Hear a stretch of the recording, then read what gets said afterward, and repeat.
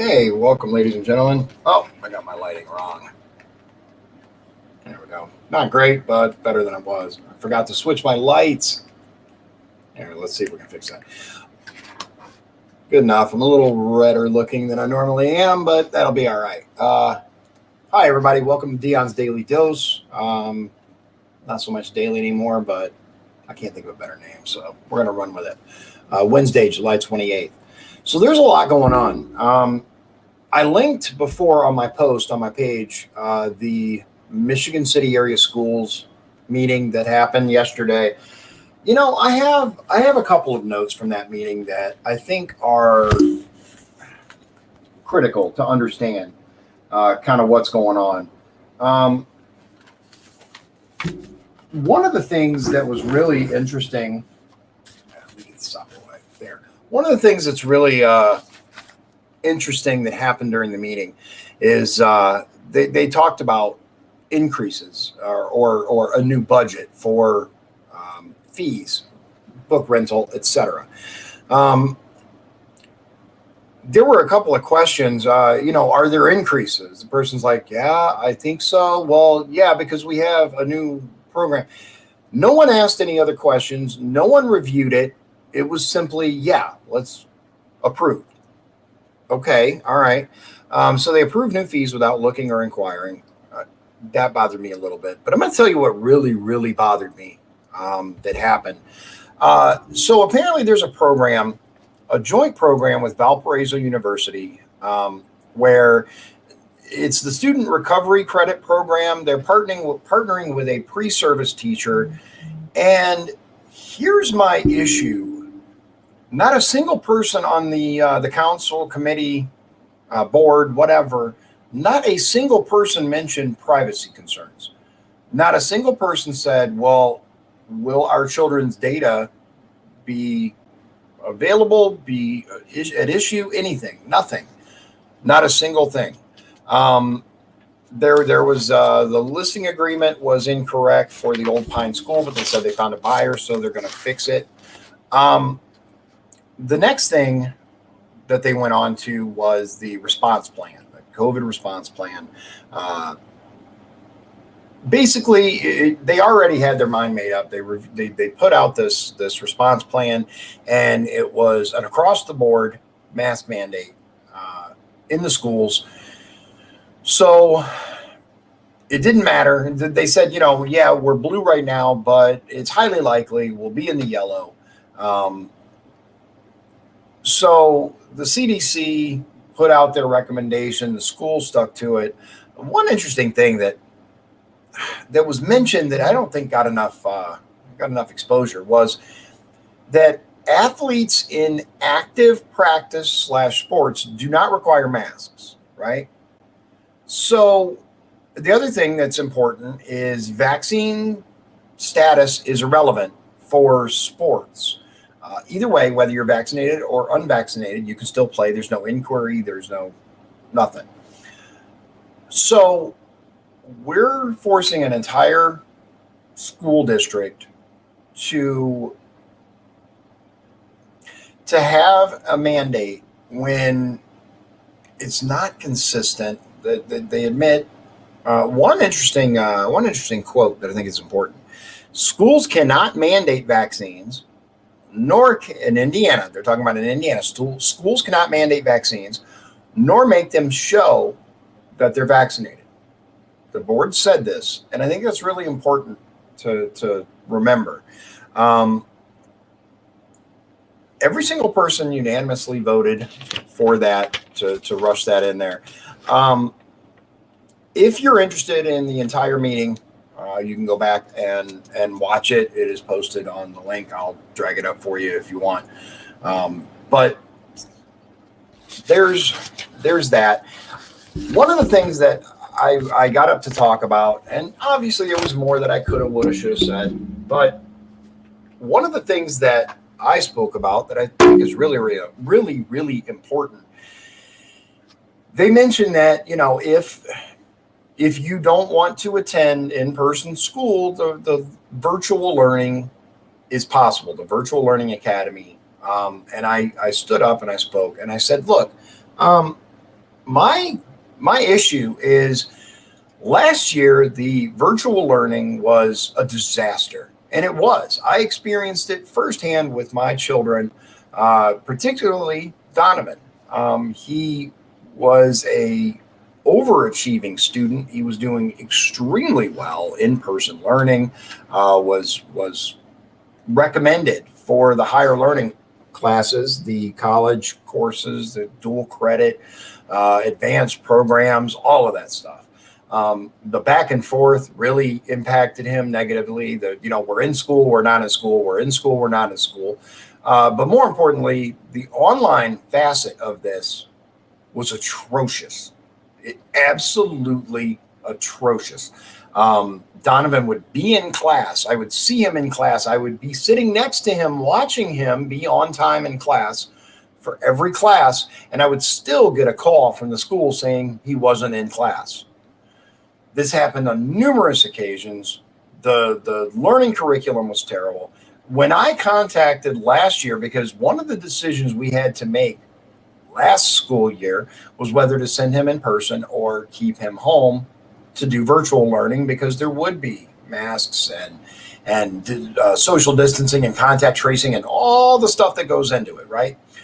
We were actually going to just keep him home, and we reached out to the administration and we asked them, okay, so Donovan is going into all of these advanced programs.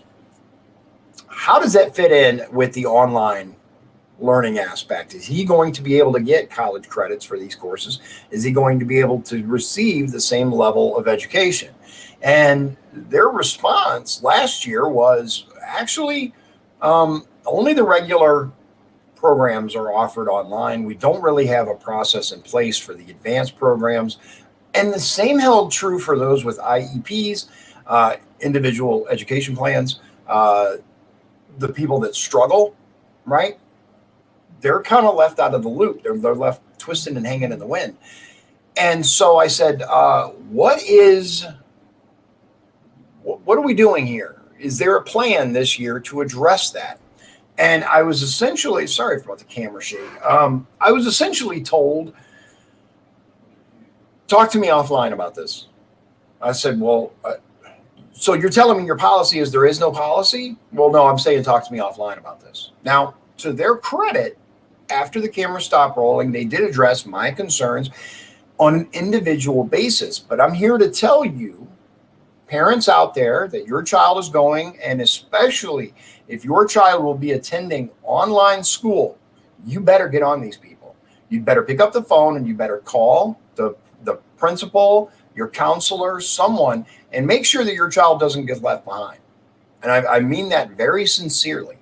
Make sure that they are ensuring your child is receiving quality education in a virtual environment. Because last year was an abomination. I'm just going to say it. It was absolutely horrible. Absolutely horrible. I'm not going to get into Donovan's performance and how it suffered and all of that. I'm not going to get into that because that's his business. But I'm going to tell you, I was horribly disappointed last year in the online component of schools. Now that that's out of the way, I'm going to move on to something that affects all of us in this county. Let me get to the heart of this. So I think something that's really quite telling is going on right now. Let me give you the backstory, and then I'm gonna give you my take on it. I think this is really, really important. We all need to be aware of what is happening here. There we go. All right. So this was on hometownnewsnow.com, aka 96.7 The Eagle. So local political volcano erupts again. LaPorte County Attorney Shaw Friedman is asking a public official to drop his affiliation with what he described as a radical group implicated in the January 6th thing at the U.S. Capitol. Now, Friedman claims LaPorte County Commissioner Joe Haney is associated with the Oath Keepers, all capital, an alleged American far-right militia organization known for its anti-government views and conspiracy theories. Quote, Now we understand why Commissioner Joe Haney has, since coming to office January 1st, trafficked in conspiracy theories and simply makes up stories alleging all kinds of corruption, sleaze, and wrongdoing in LaPorte County government, with not a shred of evidence to back up his claims, Friedman said. I'm today calling on him to publicly renounce claims to the Oath Keepers and start acting like a public servant whose only loyalties are to the people of LaPorte County. The two men, along with LaPorte County Auditor Tim Stabos, have been embroiled in controversy since January, which resulted in Friedman suing Stabos on defamation of character claims. Stabos has accused Friedman of unduly running the county government. His claims have been supported by Haney, but rejected by other county officials. The lawsuit has not been decided in the courts. Haney is president of 13C Gun Reviews, a gun rights organization. Haney said he is not connected to the Oath Keepers, all capital, and the picture of him holding the machine. Look at this, guys. First of all, picture of him holding the machine gun. This is not a machine gun. It's not a machine gun. It's a rifle. Was taken over 10 years ago. A picture of Haney holding the firearm, it's a firearm, is posted on the 13C Gun Reviews website, and a caption underneath the picture refers to Haney as an Oath Keeper. Haney said the term Oath Keeper was taken out of context by Friedman and means that he is an Oath Keeper regarding his dedication to upholding gun rights and the U.S. Constitution, not a member of the official Oath Keeper organization. I got some stuff to say after this. Stick with me. Haney claims that Friedman is trying to paint him as some wacko, but he's proud of his work in defending gun rights, his work in promoting gun safety, and the U.S. Constitution. Quote, to try and somehow paint me and associate me with some other group that I have absolutely no affiliation with whatsoever is preposterous. It just goes to show how desperate Shaw Friedman is to personally attack me. This is part of the seedy underbelly of LaPorte County politics I talked about when I ran, Haney said. Haney was elected in November and took his seat on the three-member county commission in January. The friction between the political figures who all spoke last night during the LaPorte County Council meeting boiled over. A 5-minute break was taken in the meeting so the charged atmosphere could simmer down. Stabos questioned the legal advice of Friedman over a $1.5 million no-bid contract awarded last week for repairs to the Franklin Street drawbridge in Michigan City. The commissioners approved the contract on a 2-1 vote, with Haney voting against it and publicly questioning Friedman's legal judgment on the issue.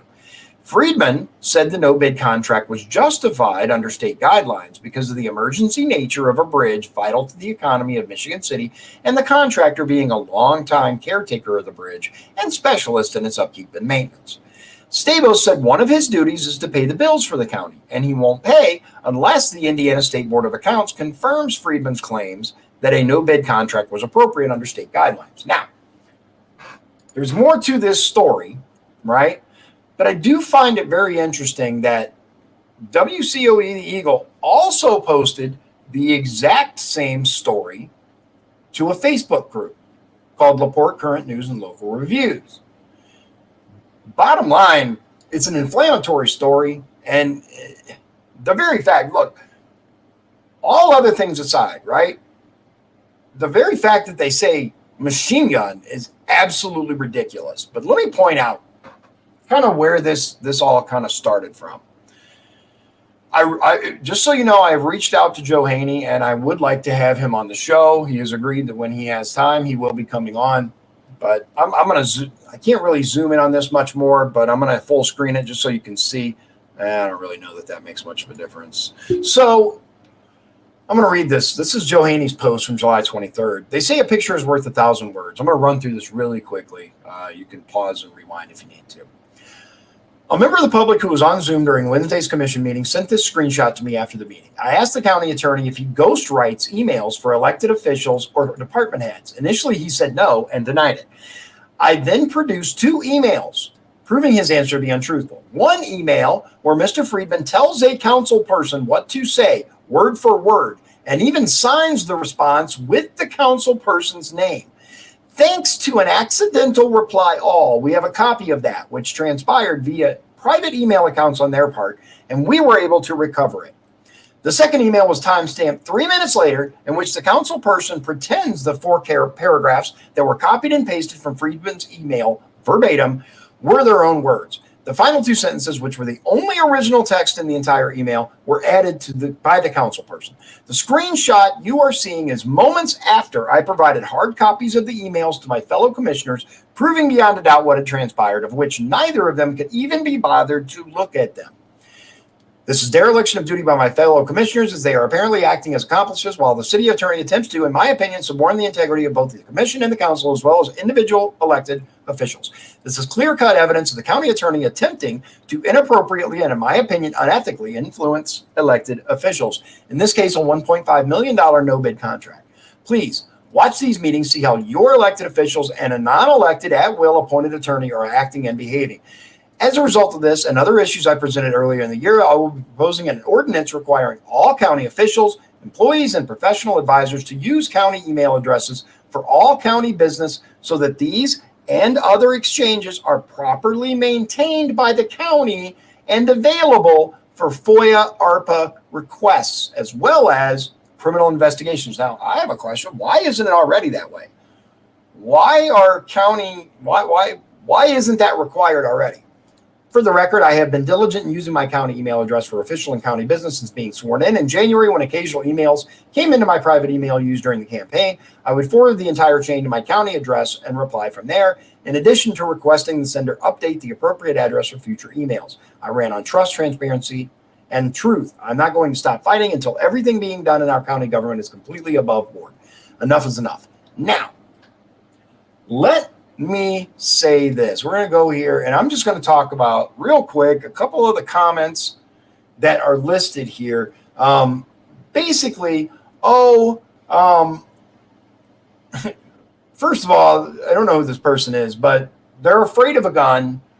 Okay, I suppose that's your right, but what is it for? Hunting? Remember, animals don't have guns. The Second Amendment has nothing to do with hunting, you small-minded. Nothing to do with hunting. The founding fathers weren't afraid of the deer rising up and committing tyranny. It has nothing to do with hunting. Anyway, look, first of all, it's not a machine gun. But let's just call what we're seeing here. So a lot of people are saying, oh, he said Oath Keeper, he said Oath Keeper. Oath Keepers are, I guess, an organization. I'm not even that familiar with them, but apparently they're supposed to have some connection to a fringe group. I don't know. What I am going to say is this, and here's the important part. I want all of you to pay attention, especially those of you who are drawing the connection between the word Oath Keeper on his website, which I guess is like 10 years old, and the organization going by the name Oath Keepers. As Joe pointed out, and I believe rightly so, his word Oath Keeper was meant, his term Oath Keeper was meant towards the oath that he took towards to fulfill and uphold the Constitution of the United States of America against all enemies, foreign and domestic. He took this when he signed up for the armed forces. He took this oath again when he was sworn in as commissioner. That's what he means by his oath, and he intends on keeping that oath. I believe what he says. Also, for those of you drawing the correlation, I'm going to talk about BLM for a moment. We've all seen the reports regarding the organization Black Lives Matter. The people who founded that organization, the things that they've said regarding certain Marxist views and being against the nuclear family. People like to point out that the movement of BLM is different than the organization of BLM, right? It's not my words. It's those defending BLM. Now, if you want to support the organization or distance yourself from the organization, that is absolutely your right. But these are the same people claiming that because two words are the same, it has to relate to the organization. You can't have it both ways. You can't have it both ways.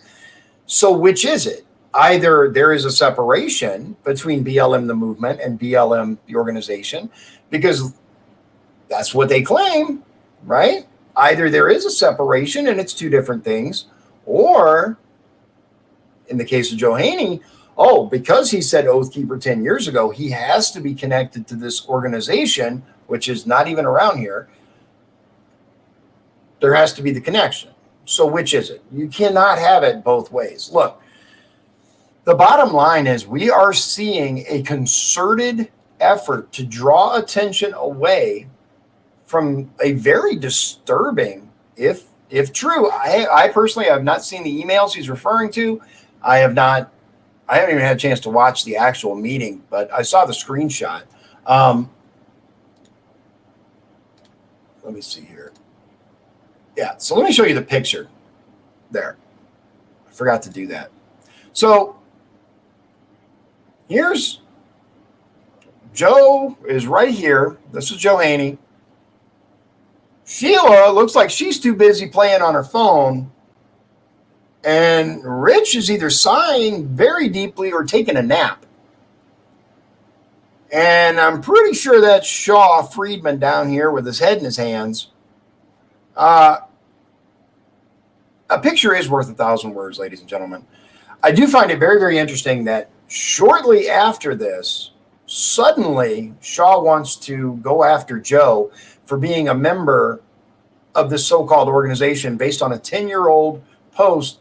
And I got bad news for you, ladies and gentlemen. If you believe that wanting to uphold your oath to the United States of America is a bad thing, that's a problem. Again, I don't know anything about this organization that goes by that name. But Joe pointed out as well, he plays golf. He's not a member of the PGA. If you enjoy playing golf, are you automatically a member of every country club or a member of the PGA? Of course not. Of course not. Just like everyone who owns a firearm is not a member of the NRA. Just like everyone who owns a firearm is not a criminal, even though the left would like to point us that way. Look, it's absolutely insane. And to me, it shows desperation. It shows someone who has gotten caught. Again, if the evidence is what it is, shows somebody that has gotten caught and is trying desperately to pull together all assets to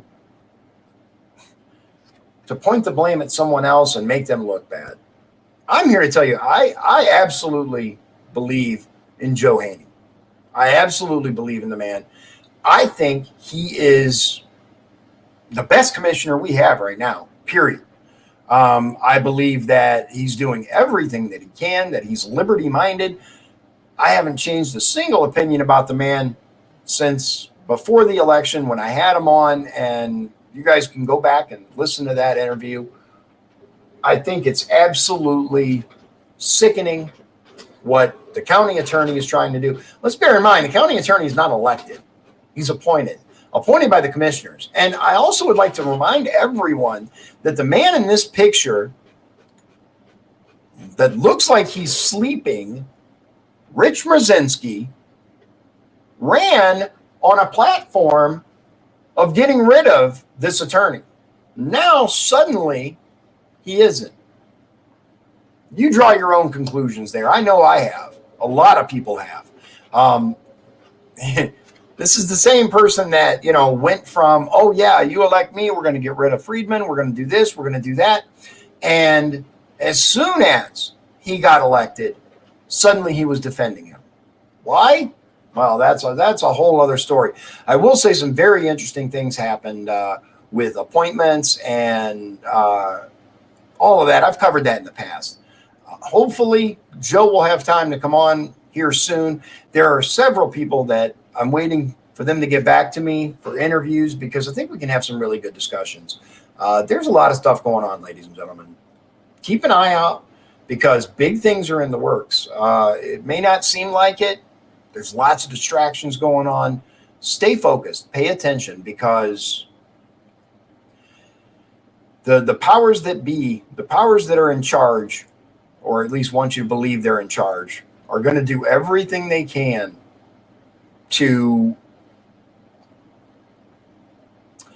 maintain the power that they have. Look, the bottom line is we, the people, are in charge of these people. We are their boss. They are not ours. The commissioners, the county council, the school board, all of these people answer to us. We do not answer to them. And it is time that all of us start making our voice heard. Start showing up to meetings, or at minimum public comment for these people, and tell them we are sick and tired of being told that we are lesser than they are. Jack says, so because I swore to uphold the Indiana Constitution while standing in front of Captain Urbach is an issue for taking that oath. That's exactly what they're trying to say, Jack. That's the problem. It's so easy, because a couple of words line up, to paint someone in a negative light now. And I'm sick of it. I'm absolutely sick of it. We deserve better. And more important than any of this is, why is a county attorney ghostwriting emails for county elected officials? Now, I don't know which commissioner that he's referring to. I'd really like to know. I have my suspicions. But I'm going to say this. Pay close attention to who's on the ballot, especially coming up in the primary. There's going to be some challengers. There will definitely be some challengers for open seats this year. We've had enough. We, the people, have had enough. There will definitely be some people running for Sheila Mateus's seat. Of that I can assure you. Keep an eye on it. There's some announcements coming out from some people pretty soon. We've had enough. We've had enough. And for the record, I don't know if you paid attention to what's going on in Arizona, what's going on in Pennsylvania, Georgia, Michigan, and Wisconsin. All 50 states need to be audited. Dave, that's a good question. Should politicians have to wear video cameras like police? That's a really good question. What do you think, ladies and gentlemen? I know that if I was elected, if I am elected, the next time I run for office, I would have no problem with that. As a matter of fact, I have a serious problem with all the NDAs a lot of these politicians are forced to sign.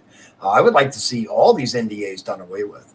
I am all for transparency and accountability in our government.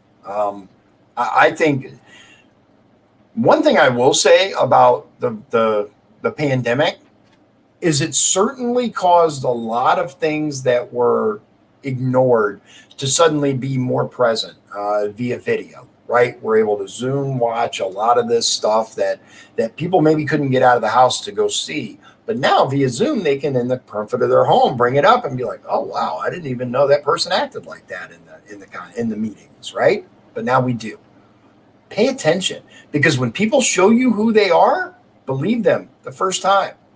We've seen it over and over. We've seen these people that get up in front of you and they say all these pretty words, and they have the backing of this person that we kind of believe and that person that we kind of believe, and we're like, okay, all right. They certainly check all the boxes. They look like they're, fiscally conservative. They seem like they love God. They seem like they love this country. And then once they're elected, they turn into the worst possible version that they could be. They turn into someone that acts like they have these certain values. And then when it comes time to vote or time to stand up, they don't. They absolutely don't. Pay attention to their actions, all of these people, because they shall be known by their actions, right? We shall know them by their actions, something like that. I'm not a very good Bible quoter, but I do remember that's in there, right? And it comes down to, when people act how they are, why aren't we believing them? Why do we let them act the way they act and then vote for them again and again and again? I think some big changes are coming, ladies and gentlemen. I really do. Because we, the people, are no longer asleep. We are paying attention, and we are going to hold these people to task. I know I am.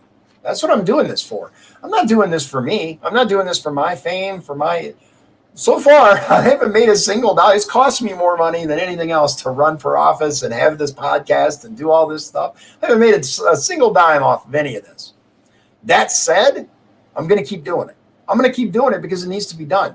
I don't hear anyone locally. If you guys know of somebody, let me know. I don't know of anyone locally doing this. I don't know of anyone in this area that's talking about what's happening in Northwest Indiana in LaPorte County. I mean, yeah, you got a couple of little radio stations here and there, but in general, there's nobody doing this. So if you know somebody who would like to come on the show, I really want to have more interviews. You guys can only listen to me wax poetic for so long. I like the hard-hitting interviews. I like asking the hard questions. I like having these people on and telling us directly to you, not through a filter, not through a TV camera, but just right here, a conversation, you, me, and them, and they can defend themselves to you. I'm hoping we can get some more people on soon. Like I said, I have a few people I'm waiting for. Hey, by the way, and you're absolutely right, Dave. Dave brings up a great point. People are afraid of the backlash. So many people now are afraid to say what they actually think. And it's horrible. It really is, because, cancel culture is running rampant, and you say one little thing that someone can latch into and take out of context and run with it. You'd think we would have learned something with the media and the former president, Donald Trump, right? You would think we would have learned something, or at least the left would have learned something, that it's so easy to take something out of context and blow it up into something that it's not. But unfortunately, we as a whole don't seem to have learned the lessons that we should have. And it's unfortunate, because one of the reasons that I do this is to try to tell you the whole story behind the little viral things that we see. I want to show you a couple of stories real quick before I sign off. One of them is I posted this, but I find it very disturbing. The Department of Justice has declared that vaccine mandates are indeed legal. The VA, California, and New York City to require some or all government employees to get vaccinated or tested weekly. That's perfectly okay, apparently. Go away. So, federal law does not prohibit public agencies and private businesses from acquiring vaccines that are under emergency use authorization, the DOJ concluded in an opinion. Now, I do expect this to get appealed, and hopefully it'll go higher. But that, along with, let's see, where was I? There. Along with this, kind of goes together. We've seen New York City, de Blasio, is requiring vaccines everywhere. And Biden is allegedly going to start requiring the same thing. Now, I'm just going to say this. I've learned I got to be really, really careful talking about stuff on YouTube, because they get all, butthurt about stuff. But I'm going to say this. If you're vaccinated against something and you still get it at a higher rate than those people who are not vaccinated against said thing, doesn't that mean that it's faulty? I'm just asking questions here. If someone out there knows of a good platform or good way to stream to a website using StreamYard, let me know. I put it this way. I figured out a way to do it, but it's going to cost a lot of money. Money I don't have. I'm just going to be honest. I want my program to be able to say what I want to say.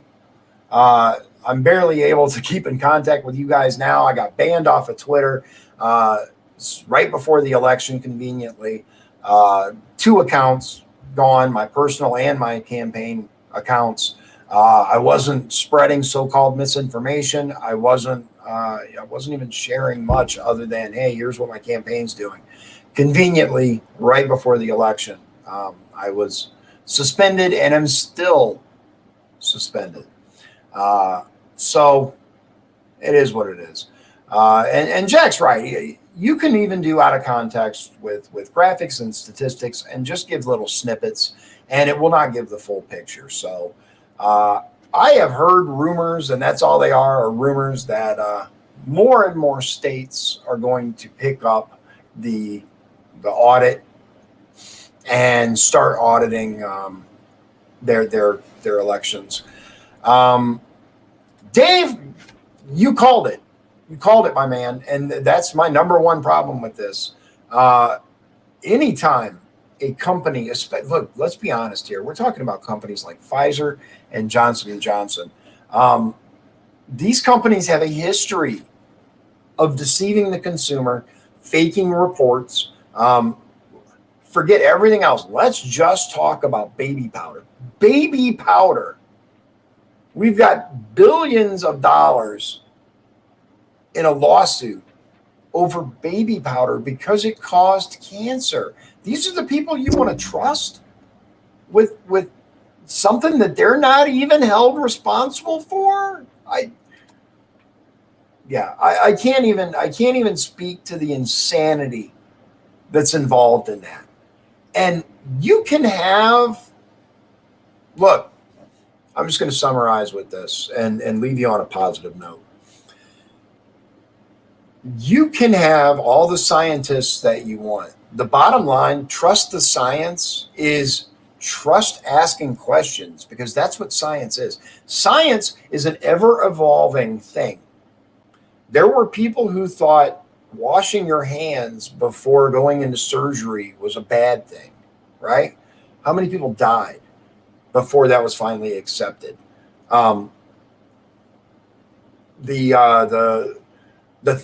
can't remember I'm not sure I'm going to pronounce it right, but thalidomide drug of the 50s and 60s was horrific. They gave it to pregnant women. They came out with babies horribly disfigured. Scientists at the time, the majority, or at least enough, said, oh no, this drug's fine. Then they understood that no, it's not. Look, the bottom line is science is ever evolving. It's questioning what's happening. Why is this? Why is that? What can we learn more by asking this question? And Dave, you're absolutely right. That's the question you can't put on a post and not get warned. It's the ministry of truth. It's exactly what it is now. And unfortunately, we have a society and a group of people that are happy for censorship. They are happy to be told what to think. And it's very disturbing. But I'm here to tell you, because I truly believe this, that the vast majority of people want freedom of speech. The vast majority of people want accountability and transparency in our government. Why shouldn't we know all of the things that they're keeping from us? They work for us. So, do I believe that there are certain things that they can't just put out there for national security reasons? Of course. You can't just know the exact layout of a certain base and what the defenses are. Yeah, I believe that. Sure. Because our enemies can utilize that. There's nothing dumber than handing the enemy a list of your most, valuable assets or your most critical infrastructure. Those of you who know what I'm talking about. Top 16 things that, please don't destroy this. Oh my God. Anyway, look, more is coming up soon. Like I said, trying to get some guests on here, because I think it'll be a far better experience. But until then, keep the faith, ladies and gentlemen. There are big things in the works. Some of it, some of it you don't. Some of it I know, some of it I don't, but all together, I think we have the full picture. So keep your head up. Things are going to get better. Sometimes they have to get worse before they get better, and they have. They've gotten worse. Look at the gas pumps. Anyway. Thank you for joining me tonight. I appreciate it. This went on a little longer than I wanted, but we've got some interviews that we're going to be scheduling soon, and that's, I think, where the fun's going to happen. So thank you for joining me. God bless you. God bless Indiana, and God bless the United States of America. Thank you.